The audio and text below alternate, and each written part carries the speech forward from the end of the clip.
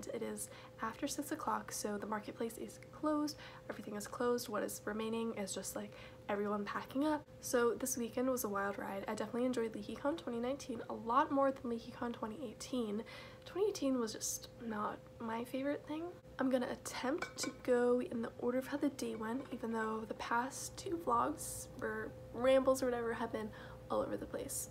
Also, if you're wondering what shirt I'm wearing my LeakyCon shirt that I showed in the day 1 video. As you can probably tell, my hair is a mess because I was cosplaying today. I was Seamus Finnegan, and this is Seamus's wand. I bought it from the Noble collection. There were 2 panels that I wanted to go to at 10:15 this morning, but basically it came down to I haven't been feeling well in the morning. I tried to go to a 10:15 panel on the Friday, and I really was feeling so unwell that I ended up just laying in my hotel room and trying not to pass out during that panel. And then I went to a panel at 11:30 instead, so that was a little better for me. I know that 11:30 panels are challenging for me, but they're easier than 10:15. But LeakyCon Feud was like the #1 panel I wanted to go to this weekend, so I forced myself to go to it yesterday, and I felt a little better yesterday in the morning. I don't know why. This morning I was like, my whole body is fatigued. The first panel I went to today, as I said, it was at 11:30 and it was LeakyCon Pyramid. I'll include a video of that here. Let's hear it from Ravenclaw. It's even bigger than the first one, Slytherin. And the other one is Hufflepuff! Thank you. My name is Jim Tavaret. I play Tom the Innkeeper.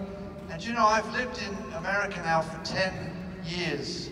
I moved to Hollywood, California in order to realize my dreams of being an Uber driver. You recognize me now? And it was really difficult when I first moved to Hollywood. I lived in a cheap apartment above a 98-cent store, ladies and gentlemen.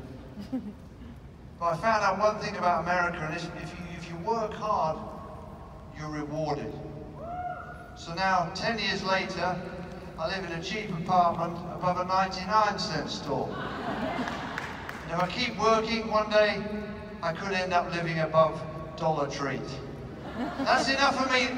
We've got something very special for you this morning, something even better than yesterday. We've got a new game to play. The first time we've ever played this. It's called LeakyCon Pyramid. Are you ready for that?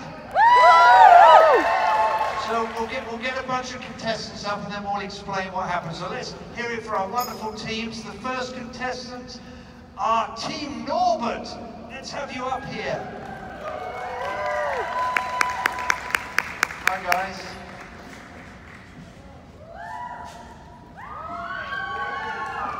So we have Maureen. Hi Maureen. Hello. And you've got a special job description, right? I'm a YA author. Oh, YA, there you go. Yes. And please sit down, Victoria. We got Victoria as well on Team North. Are you nervous? No. Good. We're gonna win. You're gonna win. They're very competitive. Now the next competitive team, will you please give it up for Team Fluffy?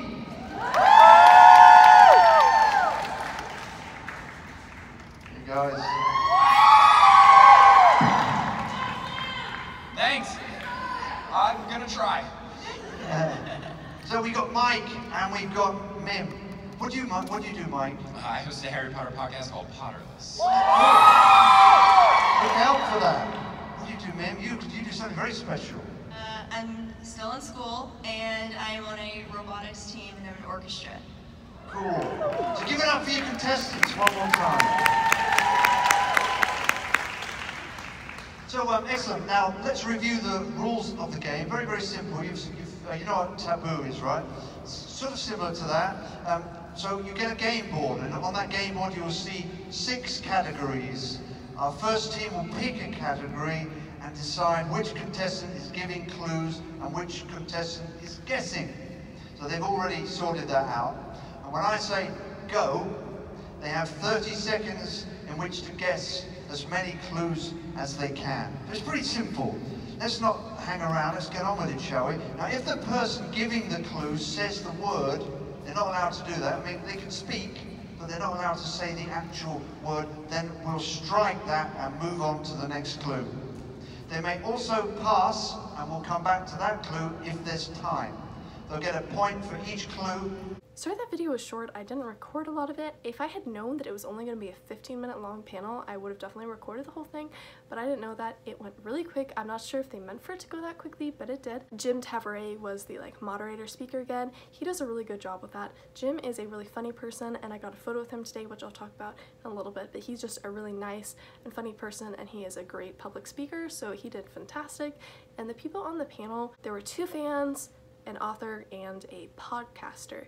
The author was Maureen Johnson, who I believe wrote Truly Devious, and the podcaster was from Potterless. And it was basically like charades. More accurately, it would be like Ellen DeGeneres Heads Up game, but all the instead of just having a Harry Potter category, it was split up into separate categories.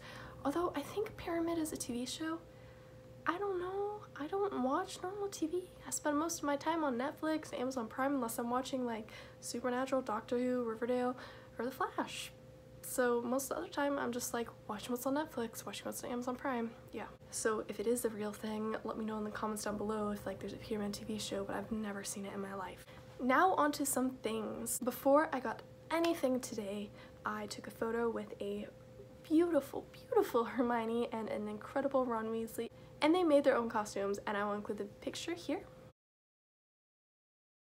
They were really kind. They thought I was Harry, and a lot of people thought I was Harry today, so I don't blame them, but people kept thinking I was Floo Powder Harry, and I was like, do people cosplay Floo Powder Harry? Does Harry have brown hair? Nope. Does Harry have no glasses? Nope, Harry has glasses. So that was interesting, but it's fine. And then after that, someone took my photo, and she was really nice, and she actually gave me something. She was gonna give me one of her ribbons, but apparently I already had her ribbon. My ribbons right now are really long, so yeah. She gave me this cute little chocolate frog thing that she made herself. I think she said she made it with her daughter. But look how cute that is. And then you open it, and it opens like this, and yeah, that's just cute. It opens with a little ribbon so that it stays like that. If it's in your bag, you can just push it back down. That's really cute. And there is a little chocolate frog in there. I think she said there was marshmallows in there, and there's a little bit of a greenish silverish powder on the top. Looks good. It had its own wizard's card in it. I got Dumbledore. And the back is just a normal Dumbledore back, which is on the chocolate frog cards. So I will actually, when I flip the camera around later, I will show you what the back says in case you want to read it and in case you don't know. The next thing I did was walk around and explore some booths, and then I saw on the app that people were making bow truckles yesterday, and I was like, okay, I'm fine. Then I missed that. It would have been cool, but I missed it, and that's fine. And then I saw in the crafting area that they had little mandrakes that you could make, and I was like, I'd love to make a mandrake. So I went over there, and they were actually out of the supplies to make the mandrakes, so they said, do you want to make a bookmark, or do you want to make a bow truckle? And the bookmark, I looked at the design. It's one that I've already done. Someone I know actually made the bookmark designs and a tutorial on how to do that, so I'll link that down in the description below. They're fairly simple. I've done it in the past, so I didn't feel a need to do it again. So I was like, why not do a bow truckle, you know? They looked cool yesterday. Basically, this was a pain in the butt to make because this was made from flower tape, or I think that's what it's called. Floral tape, that's the thing. You know, I'm gonna go close these blinds really quickly and see if it changes lighting. Be right back. Whoa, that actually helps with the lighting. I should have done that since the first day of filming videos. Dang. It's fine though, it's fine, everything's fine. So here is a better view of the bow truckle that I made. I had a really hard time getting its limbs to be thin up high, so one of its arms is much thicker than the other, and it has really thin legs, so it has a hard time standing up. I did draw a face, but I can't figure out how to make it show up in a picture or a video. There's basically 2 pipe cleaners in here, and there is a bunch of floral tape wrapped around, and these are just fake leaves at the top. This was fun to make, even though the floral tape was really frustrating me. Floral tape, in case you don't know, doesn't have a sticky side, it just sort of sticks to each other, so that's why I had a hard time with it. They didn't have a crafting area when I went to LeakyCon the first year, but it seems like they're going to keep having crafting areas, and I sort of like that because a lot of the panels are so in-depth in the Harry Potter series that I feel like young kids could get overwhelmed when they go to them, so I'm glad that they are starting to have more kid-friendly things, so this was fun. Oh, and by the way, his name is Jeffrey, in case you're wondering. Yes, I named him Jeffrey because I said, hey, what should I name this? And the person I asked said Jeffrey, so this is now Jeffrey. The next thing I did was I really wanted to look at this candle booth, but I sort of didn't want a candle, sort of did, but it smelled really good. And I don't know, yeah, the guy put a card in here. So when I flip the camera around to show you things with words towards the end of this video, I will show you the card. So it is two ladies that make these candles, but there was a guy there running the booth. I was really anxious about getting a candle, and I was almost not going to get a candle because I don't like taking glass and ceramic things in my luggage. But the guy basically explained that he normally wraps in his laundry and it's fine, and he packaged it really well for me, so I have faith that this won't break, and I'll wrap it up really well before I put it into my luggage. But I'm going to unwrap just to show you really quickly. Oh my gosh, it smells good just unwrapping it. Oh my gosh. Yo, this smells so good. You know how you go into stores in fall and it smells like fall and you're just like, I love this smell. This is what that smells like. This is a butterbeer candle. I believe this was $15. I think so. Don't take my word on that. Check the website when I show you the card at the end. But look, it looks like butterbeer. It's in a cute little glass case, and it's not just a normal candle holder, which I love. Oh my gosh, I wish I could, like, you know, give you a scent in this video, have it be a 40 video so you can smell this, but wow. This is incredible. Also, another fun thing about his booth was he had sorting candles there. The sorting candles, they were white, and then you could have them burn and change colors, which I've seen that done a lot, but what was so unique and different about it is that the guy had different smells with them, and he said, if you smell it, I'll tell you what house you are in. And so I smelled all four, and I was like, this one's my favorite. And my mom smelled all four, and she's like, that one's my favorite. And the one that I smelled was Hufflepuff, and the one that my mom smelled was Gryffindor, and I'm a Hufflepuff and she's a Gryffindor, so that was incredible. And we found out from the guy that his wife actually went around to her friends and said, what house are you and which smells do you like best, and she sort of like made the smells to match the different houses, and that was actually really cool. And he said some other people were having the same thing, like it was accurate, and that was just, it was just crazy, okay? It was like really, really crazy. When he said it at first, I was like, oh my gosh. And then he said it a second time, and I was like, that's just crazy, super crazy. But yeah, he had some other stuff I wanted to, but maybe I'll like order it online. I don't know. There was one that I liked that was lemon sweets or something like that. And it was yellow, and it looked cute, and it smelled good. So maybe I'll buy more. These are just so good. Now I had to go back to my hotel room after I got that candle because my fatigue hit me really hard, and we needed food. So we went back to the hotel room. Oh, I forgot to say that before I got the butterbeer candle, I actually got two other things. I knew I got two other things, I just couldn't remember where I placed them. I got two headbands. These were both $10 each. This one that I got is a little smaller than the other one, and it's a little bit of a different material. I don't know how to describe how. I guess it's much more stretchy, and it just basically has some pictures from the movies on it. And then I don't have the card for this company right now, the company that made the headbands, but yeah. Apparently they have a material that they think they'd be able to make me Harry Potter themed compression stockings, and with pods I have to wear compression stockings because my blood pools in my legs when I sit upright and when I stand. So if they can make me Harry Potter compression stockings, I will be forever happy that they made my dreams come true, because I tried to find Harry Potter compression stockings online and I ended up with these ones, which I can't show very well here.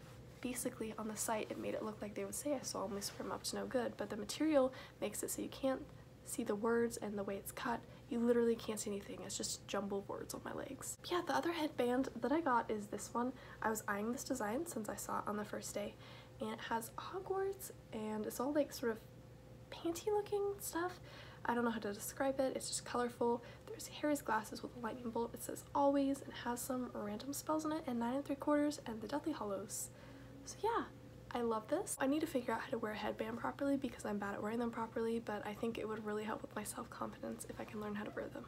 So after I got the butterbeer candle, I went to my room a little bit. I had some lunch. I just relaxed, tried to decompress. I was going to go to a panel at 2 o'clock, but I sort of realized I wasn't feeling well enough. I really wanted to see Paul Harris talk, but I didn't get around to that, which made me sad. If you go to see Paul Harris at LeakyCon, comment down below with your experience with seeing Paul Harris, and basically if you heard him say anything cool, let me know, because I really want to see him talk. But I didn't do a wand workshop because I knew that I don't know, I thought you were gonna have to stand with it, and I think you might still have had to have stood during most of it, and I can't do that. And I also have a hard time with like timed things, so photo ops are difficult because I sort of need to just go when I go, which is bad, and I know I have to go to appointments at certain times, but yeah, I didn't think that the wand workshops would be good for me, and I was like, oh, I could go to his panel, but then I just wasn't feeling well. So I did make it down to my autograph with Tom Felton and my photo with Jim Tevere. Feeling really unwell with both of these. Right before Tom came out, I thought I was about to pass out. I was in my wheelchair, but I had to prop my legs up on another chair, and I thought for sure I was gonna pass out right then and there, because basically they stopped the tilt tabletop, which you can Google that if you want, but they stopped a test they did for POTS because they knew I was about to pass out, and they knew because my heart rate increased drastically and I got flushed with heat all over my body. I checked my heart rate because I have a heart rate monitor, and it was 156, I think. It eventually went down, but I was like, that is not good and I'm gonna pass out, but I didn't pass out. So if you saw my video from LeakyCon Day 2, you might have seen that I don't like my photo with Tom Felton, but here's it signed. I'll flip this around so you can see it better at the end of this video when I flip the camera around.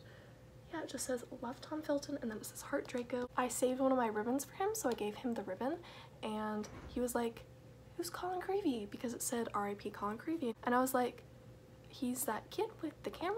And he was like, oh, okay, but I'm not sure if he got it. I wasn't sure if he had a badge, but apparently another person was holding it for him, so I hope like after it gets done he attaches all the ribbons to the badge, because that would be cool, because he said people have been giving him ribbons, so yeah. And then right after that I went to my photo with Jim Tevere. I was a little anxious about this since I wasn't feeling well and I wasn't sure if I was gonna have to be in a wheelchair or not, but I was able to stand for the photo, and I basically had this photo planned out. It turned out pretty well.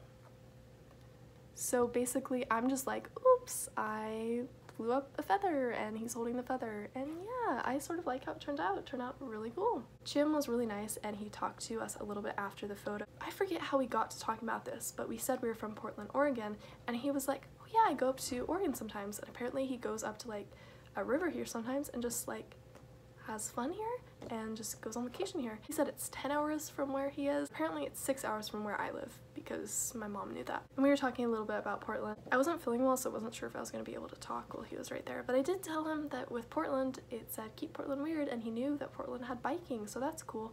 He lives in the US now, in case you're wondering, and I really hope he comes to LeakyCon more in the future, because he was really fun to have at panels. He was really nice to talk to, and I just would love to see him again. So yeah, and I'm sure other people would love to meet him too.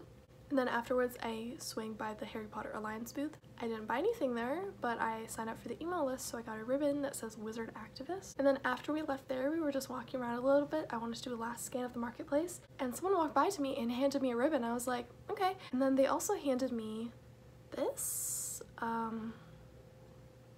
back scratcher, and I was like, what? I mean, it's cool. It says Itchus Erraticus, and it has their site on it. And I was just like, that's interesting that you just gave me a back scratcher. I wasn't sure if she wanted me to like test it out or buy it or something, so I was a little confused, and she just let me take it. So that was cool. They did have a bunch of wands at their booth, but I already have too many wands, so I didn't want to buy another one. But I did see someone carrying something around that I was wondering where they got it from, because I liked it, and they got it from that booth.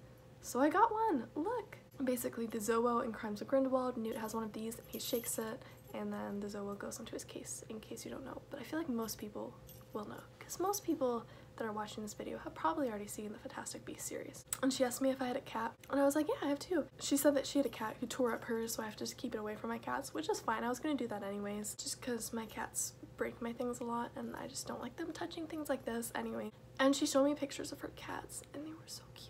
She showed me 3 cats that she had. One I forget the name of, the other one was Albus, and the other one was Luna. And they're so cute. Just like, I love people just randomly showing me their cats. It's my favorite thing.